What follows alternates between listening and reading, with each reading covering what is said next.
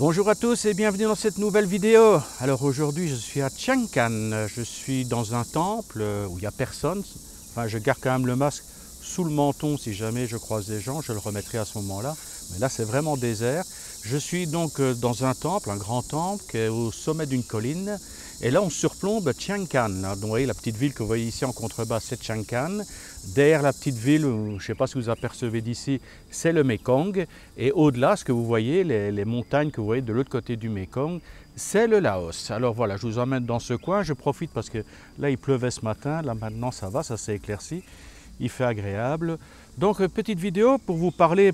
Pas encore 2 mois, rassurez-vous, oui et non en quelque sorte, mais je voudrais vous parler de deux opinions, 2 points de vue qui ont en fin de compte influencé un peu mon parcours, d'abord au début d'expatriation et ensuite en cours d'expatriation. Alors la première opinion que j'avais, qui a peut-être joué un rôle dans mon départ, ça concerne la retraite.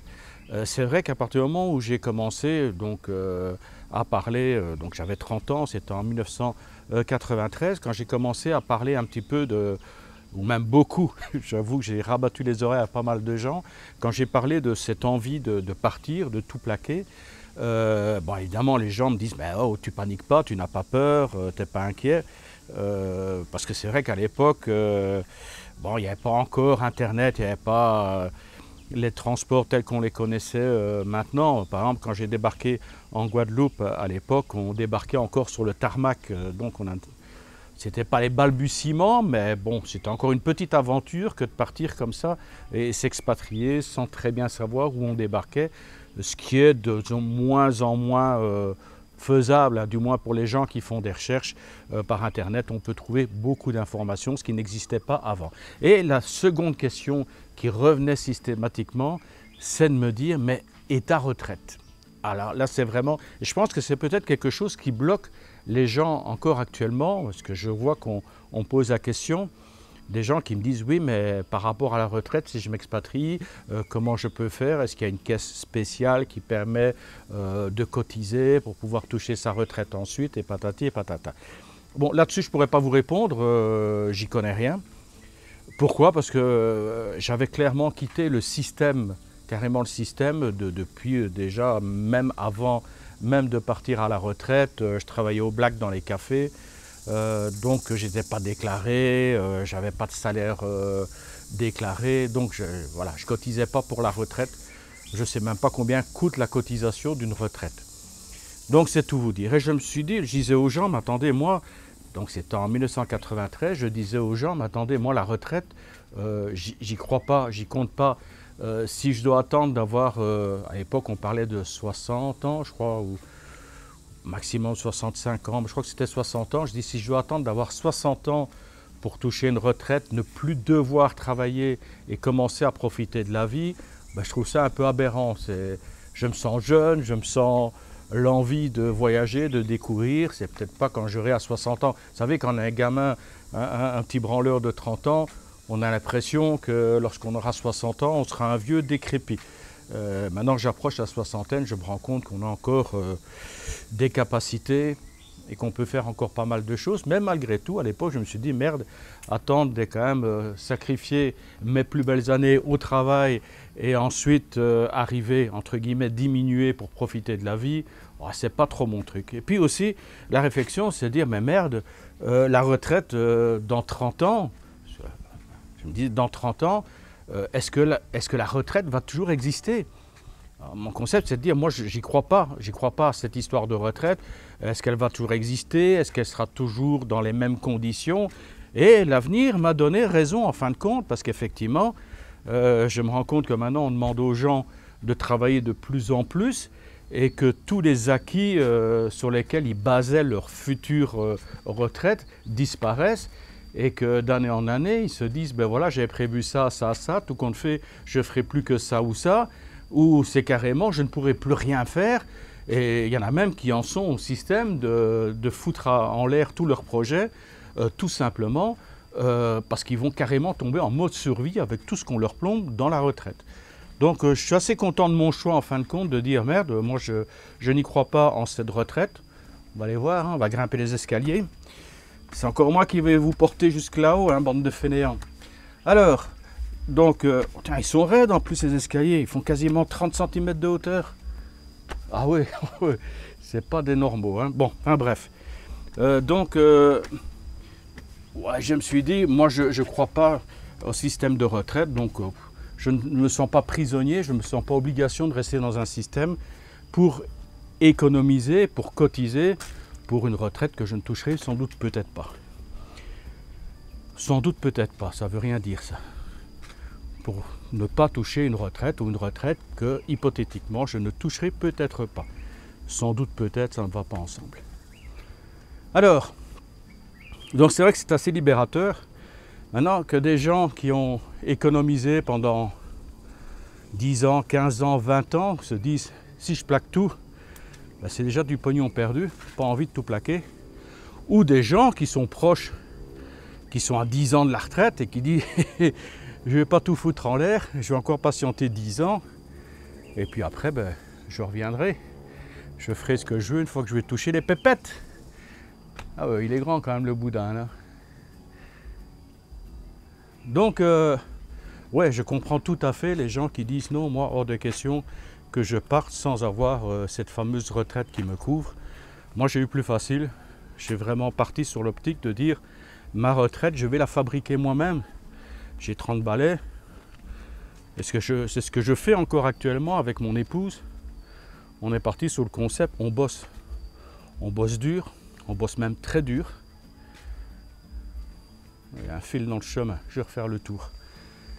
On bosse dur, on bosse très dur et le but c'est effectivement de se dire peut-être lorsque dans une dizaine d'années elle aura 50 ans, à ce moment-là on pourra lever le pied et tout l'argent qu'on gagne pour l'instant, ben on l'investit.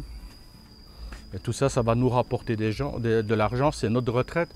Je ne sais pas combien coûte une retraite en fin de compte en Europe, combien on cotise. Moi je dis mine de rien, ça fait quand même 30 ans que je ne paye pas pour quelque chose auquel je n'ai pas droit. Hein. Donc rassurez-vous, c'est pas dire je ne paye pas et puis dans X années je vais aller réclamer des droits auxquels je n'ai pas droit de toute façon. Non mais je ne sais pas en 30 ans ou 35 ans de non-cotisation, combien coûte une cotisation par mois en moyenne et combien j'ai pu économiser sur 35 ans et argent que j'ai bien sûr placé actuellement avec des petites choses que nous faisons ici sur place pour nos vieux jours. Donc c'est vrai, le côté libérateur, c'est pas besoin de cotiser, pas besoin de se prendre la tête pour la retraite, ni la sécurité sociale, j'ai droit à rien. Mais c'est un choix de vie, j'ai une assurance, voilà, s'il m'arrive un pépin, et encore l'assurance, je l'ai prise très tard, hein, j'ai eu vraiment ce qu'on appelle le cul bordé de nouilles, ne jamais avoir eu de gros pépins. Mais maintenant, voilà, maintenant je me dis, ben, l'horloge de la vie avance, il serait peut-être temps de me couvrir convenablement. Ça, le jour, enfin, voilà, mine de rien, ça fait 30 ans de cotisation d'économiser, 30 ans d'assurance aussi, assurance sociale non payée. Puisque de toute façon, je ne la demande pas. Je suis hors système. Quand je dis hors système, même si je retourne en Belgique, j'ai droit à rien. Vous savez, en Belgique, il y a le système d'aide sociale, le CPS. Ben, je n'ai droit à rien, absolument pas. Un étranger, à la rigueur, un non-belge revient en Belgique, il peut avoir des aides tout de suite. Moi, comme je suis parti, j'ai été même rayé des listes. Je n'existe plus, il faut que je trouve une adresse officielle pendant 6 mois et c'est seulement au bout de 6 mois que je peux commencer à redemander éventuellement certains droits. Mais oui, voilà, mais c'est mon choix, donc je ne me plains absolument pas, c'est mon choix, j'ai opté sur une autre optique de vie et j'en suis tout à fait satisfait.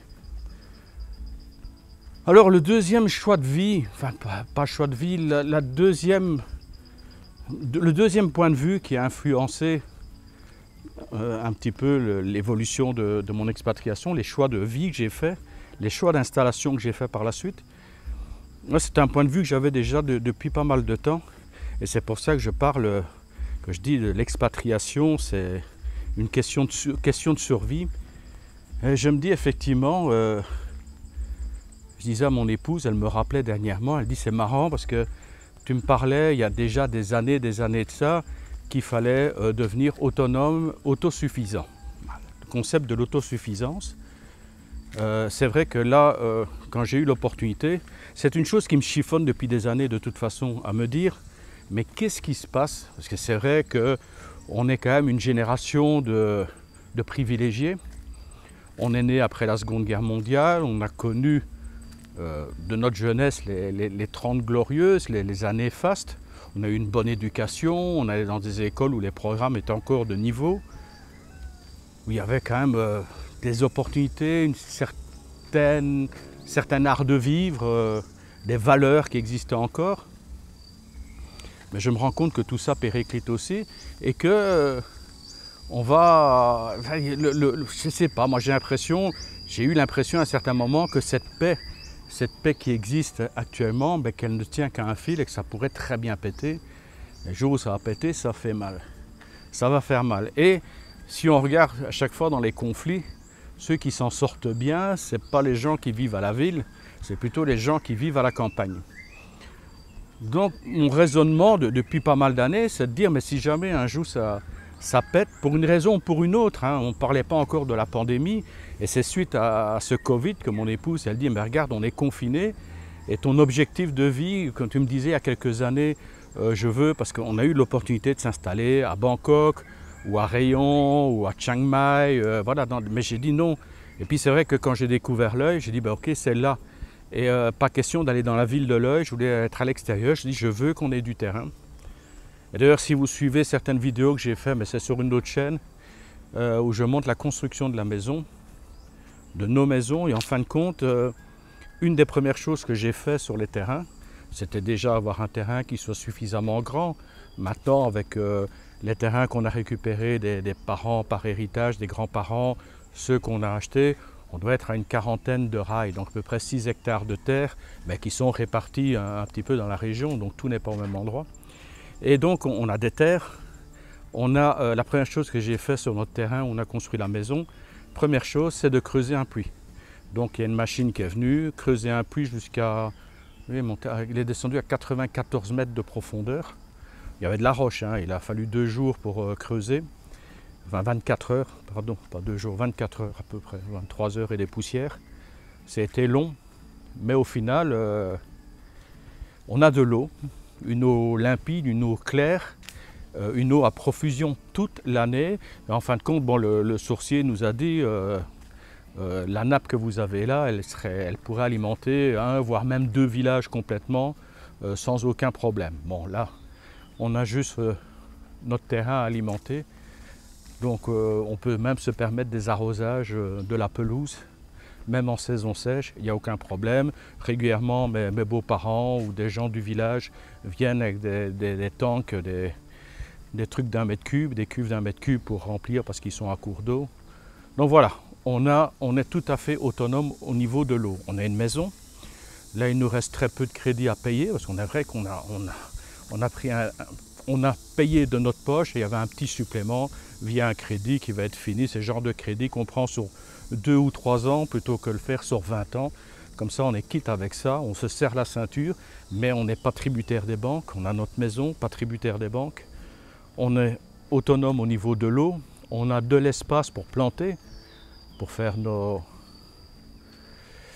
plantations en cas de besoin. On a des rizières, on a déjà planté des fruitiers, on a fait pas mal de choses. Je suis un peu démoralisé parce que je suis en train de vous parler, je suis en train de descendre et je me dis qu'à la fin de la conversation, je vais devoir tout remonter. Bon, ça me fera de l'exercice, c'est pas grave. Là, on est toujours dans le temps, j'espère que la balade vous plaît bien. Donc voilà, je me suis dit, l'autonomie, si jamais un jour il y a un clash, il y a un problème, ben, on ne va pas crever de faim, on a de l'eau. La prochaine étape sur laquelle on est en train de préparer, c'est de devenir autonome au niveau de l'énergie, donc via les panneaux solaires. On va faire des installations de panneaux solaires qui vont raccorder les pompes, qui vont fournir un minimum d'électricité pour des ventilateurs, pour les produits, les machines de première nécessité, utiles, quoi, les frigos et tout le bazar. Et puis petit à petit, on évoluera encore. Donc voilà, on se tourne vers des sources d'énergie. Et mon épouse me disait, mais c'est vrai que mine de rien, avec ta, entre guillemets, ta phobie de fin du monde, je suis pas dans le mode fin du monde, c'est pas du tout mon truc de dire ça y est, il va y avoir une guerre, il faut s'enterrer dans un bunker avec des armes et des trucs de survie, mais je dis, si jamais un jour il y a une crise, ça peut très bien avoir une crise économique, comme celle qu'on vit actuellement, mine de rien. Là, on n'en est qu'au début, mais il y a des gens qui perdent du travail. Voilà, on ne sait pas ce qui peut se passer dans l'avenir si jamais ça perdure, si le variant indien se propage, que les vaccins ne fonctionnent pas. Ben, voilà, on risque d'avoir un gros problème économique. Et le fait qu'on puisse se libérer de ces problèmes économiques, justement, ok, pour l'instant, on bosse, on amasse, on investit. Mais en cas où il y a un jour un problème, ben, il n'y a pas de danger pour nous. On a les rizières, on a les arbres fruitiers, on a de quoi faire des potagers. Donc on prépare petit à petit pour être autonome au niveau de l'alimentation. On a notre maison, c'est payé. On a l'eau, on a l'électricité. Donc vraiment, on a le minimum nécessaire pour survivre, pour s'en sortir. Voilà, ça faisait partie d'un de mes points de vue, d'un de mes concepts. Et tout ça a évolué sur un projet qui se finalise. Donc ne pas croire à la retraite, ce qui a peut-être favorisé mon départ. Et puis ce concept d'autosuffisance. Ah, ce sont toutes des lampes là. On a vu le soir, ça doit être beau, tout l'escalier est éclairé. Mais ce concept d'autosuffisance, en cas de pépin, c'est ça qui a influencé le choix de m'installer à L'Œil, qui est quand même malgré tout une superbe province pour vivre. Hein. Je ne me suis pas installé dans un bunker comme un ermite en faisant des sacrifices existentiels, en craignant une fin du monde. Non, non, ici c'est vraiment un coin très agréable où vivre. Et ce coin qui m'offre la sécurité. Sécurité aussi pour mes enfants, parce que là on essaye d'imaginer à court terme, mais je me dis, je pense aussi avant tout à mes enfants. Parce que nous on aura peut-être la chance d'arriver au bout de notre parcours de vie en faisant le processus normal, en vivant confortablement. Mais qu'est-ce qui va se passer dans 30, 40 ans, quand mes enfants seront devenus adultes? S'il y a une tuile, ils ont un patrimoine, ils ont de quoi survivre et également prendre soin de leurs enfants. Bon voilà, un petit peu quel a été mon raisonnement. Je suis courageux, je continue à remonter les marches. Voilà un petit peu quel a été mon raisonnement déjà pour partir. Et ensuite pour faire le choix de la campagne. Parce que c'est vrai que vous pouvez avoir un très beau condo en bord de mer. Le jour où il y aura un problème. On en voit d'ailleurs combien il y a de gens qui ont été dans la misère suite à la pandémie. Vous avez vu dans les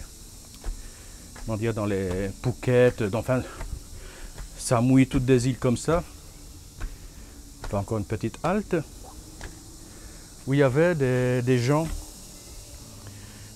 qui sont de l'Issane, qui viennent des campagnes, mais comme toutes les frontières étaient fermées, frontières entre les provinces, hein, ils ne pouvaient pas se déplacer, mais les gens se retrouvaient dans un endroit, ils avaient perdu leur boulot, ils ne pouvaient plus payer leur loyer, ils se retrouvaient SDF, et en plus pas d'argent pour manger. Alors que la famille qui restait en Issane, les gens à qui ils envoyaient de l'argent, mais eux, effectivement, ils ont perdu des ressources, ils n'avaient plus d'argent, ils avaient toujours leur terrain, le riz, les poules, le petit potager, l'entraide entre voisins, et eux, ils s'en sortent toujours, quoi. Donc la vie de l'avenir n'est pas toujours à travers un moment de luxe éphémère. Je pense qu'il faut aussi préparer son avenir, voir à moyen et à long terme. Il faut aussi penser à ses enfants. vois qu'il y a ici des gens qui s'installent en Thaïlande, qui épousent une femme, mais qui n'ont pas l'air de se soucier du devenir de cette femme ou de leurs enfants une fois qu'ils seront dans leur expatriation céleste. Allez, courage, dernière volée. Donc, ouais, je me soucie aussi du bien-être de mes enfants. Et c'est pour ça que j'essaye d'entretenir ma forme en grimpant ces escaliers. Voilà, on a fait le tour. J'ai pas encore craché mes poumons. Je vais retourner au point de départ. Là, je vous ai fait, pardon, là, je vous ai fait bienvenue dans cette nouvelle vidéo. Un peu essoufflé quand même. Je manque encore de pratique et quelques kilos en trop. Voilà. Après vous avoir dit bonjour et bienvenue dans cette nouvelle vidéo, je reviens au point de départ et je vous dis salutations tropicales des bords du Mékong. Bye bye.